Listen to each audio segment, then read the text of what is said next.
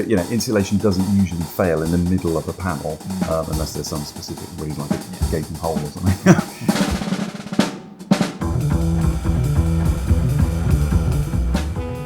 What retrofit details cause the most failures in practice? So Andy, we do a lot with retrofit. We work a lot with internal wall insulation. We come across various failures. Not so much in the systems that we're specifying, but sort of across the board in internal wall insulation generally. What are the worst ones, or what are the details that in practice really cause issues? Yeah, okay, interesting question.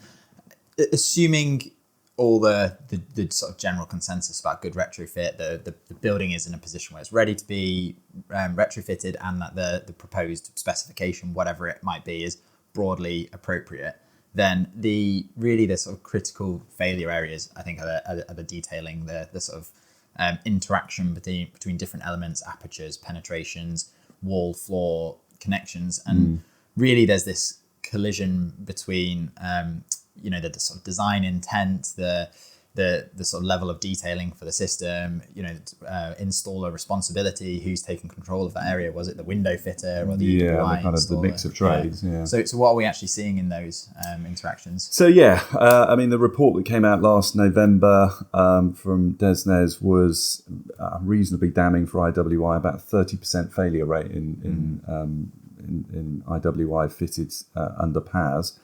And again, mainly moisture-related issues because of detailing around those junctions. As you say, you're getting incomplete membranes, you're getting incomplete air tightness, you've got air movement behind the insulation, you've got condensation formation, mould growth, all these kind of things, which then have obviously a knock-on impact to the health of the occupants. So they're kind of, the things that we try and really, really work on the most with our systems to avoid that. So, what sort of things do we recommend to people to do when we're recommending IWI? Yeah, I mean, anything that disrupts the insulation plane is kind of a risky spot, or any potential bridge through an air tightness layer. So really, have a really well thought out plan before you start executing it. Don't be thinking about what goes on in the center of a wall somewhere. Really, you want to understand where all the tricky details are going to be, the apertures, the penetrations, the breaks in the insulation, and Absolutely. have a solution for those areas.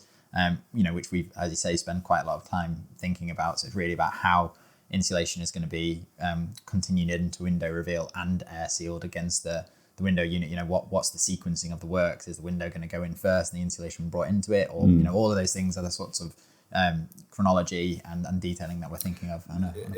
Exactly right. And so, insulation doesn't usually fail in the middle of a panel unless there's some specific reason, like a gaping hole or something.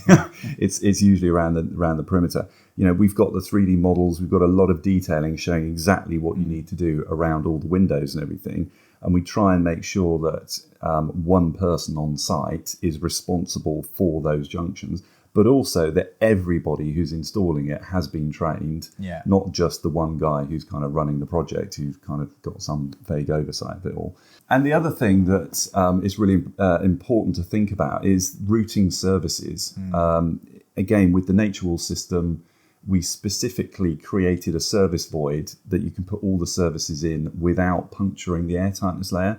There's lots of systems out there with air tightness layers, but you kind of have to poke a hole through them to get the services through. So, with your IWI, really plan A, all your junctions, as you say, and B, where all your services are going to go ahead of time, so that you're not puncturing the air tightness layer, and you can create a continuous airtight layer. And holistic thinking again, that all of this, the air tightness, the insulation continuity, is all done with an appropriate strategy for managing the interior climate, ventilation system, and so on. Absolutely. Brilliant. Very good.